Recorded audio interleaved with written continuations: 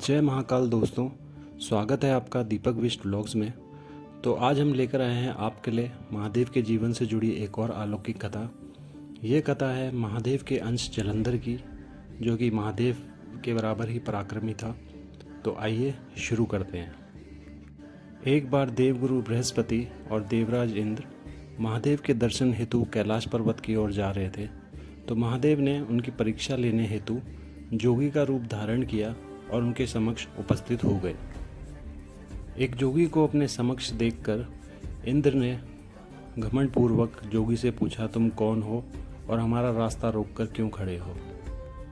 जोगी ने इंद्र की बात का कोई उत्तर नहीं दिया और वह उनके मार्ग पे ही खड़े रहे, जिससे इंद्र को अत्यधिक क्रोध आया और उन्होंने अपने व्रत से जोगी पर प्रहार कर दिया। यह देख महादेव अपने असली रूप में आ गए और उनको अत्यधिक क्रोध आया, जिसके फलस्वरूप उनका तीसरा नेत्र खुल गया। महादेव का तीसरा नेत्र खुलते ही उससे एक क्रोधाग्नि उत्पन्न हुई, जिसका लक्ष्य था इंद्रदेव को भस्म करना। क्रोधाग्नि को अपनी ओर आता देख इंद्र को अपनी भूल का पश्चाताप हुआ और वह महादेव से क्षमा याचना करने लगे। इंद्र के क्षमा याचना करने के बाद भी महादेव का क्रोध शांत नहीं हुआ। तत्पश्चात देवगुरु बृहस्पति ने महादेव से क्षमा याचना की और उन्हें इंद्र को अभयदान देने को कहा।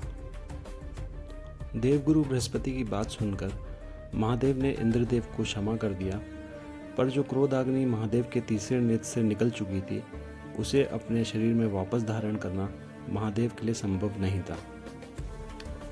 इसीलिए महादेव ने उस क्रोध अग्नि को समुद्र में विसर्जित कर दिया, जिससे कि वह शांत हो सके और संसार पर उसके दुर्गामी परिणाम ना हो। महादेव की क्रोधाग्नि ने समुद्र में जाकर एक शिशु का रूप धारण कर लिया।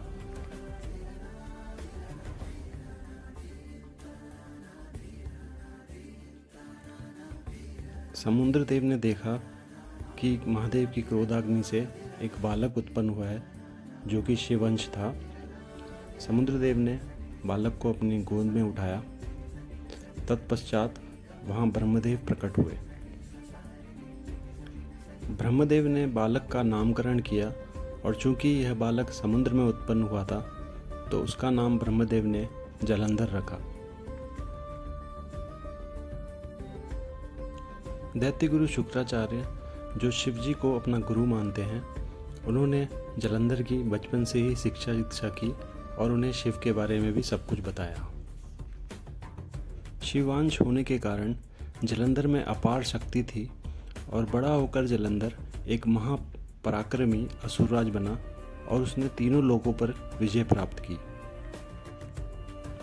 शिवांश होने के कारण जलंधर में अपार शक्ति थी, जिसके कारण सारे देवी देवता मिलकर भी उसे पराजित नहीं कर पा रहे थे और जलंधर त्रिलोक अधिपति बन गया था।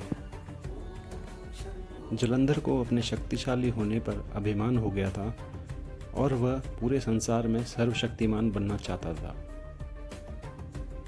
जलंधर की शक्ति का मुख्य कारण थी उसकी धर्मपत्नी वृंदा, जो कि विष्णु भगवान की एक अनन्य भक्त थी और एक पतिव्रता स्त्री थी।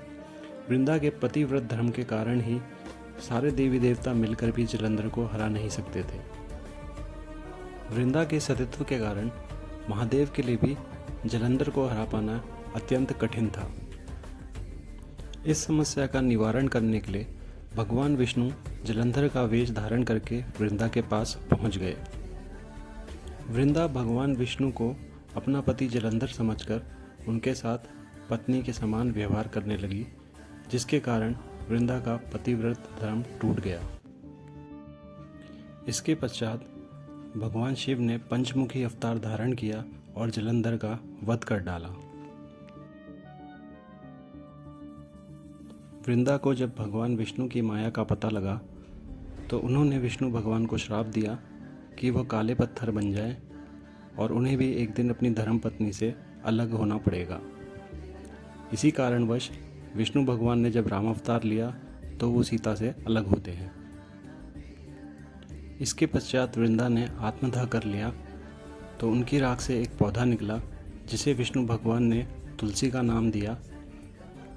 विष्णु भगवान ने कहा, मैं इस पत्थर के रूप में भी रहूँगा जिसे शालिग्राम के नाम से जाना जाएगा और तुलसी जी के साथ जिसकी पूजा की जाएगी। तभी से तुलसी जी की पूजा प्रारंभ हुई और कार्तिक मास में तुलसी जी का और शालिग्राम जी का विवाह भी किया जाता है। साथ ही देव उठावनी एकादशी के दिन इसे तुलसी विवाह के रूप में मनाया भी जाता है। तो इसी के साथ जलंधर जन्म और वध की कथा समाप्त होती है, जिसे मैंने काफ़ी सरल शब्दों में आप लोगों तक पहुंचाने का प्रयास किया। वीडियो अगर आपको अच्छा लगा हो, चैनल को सब्सक्राइब कीजिए, लाइक और कमेंट कीजिए और कमेंट में हर हर महादेव लिखना मत भूलिएगा। तो मिलते हैं आपसे महादेव की अन्य एक और अलौकिक कथा में नेक्स्ट वीडियो पर। तब तक के लिए जय महाकाल।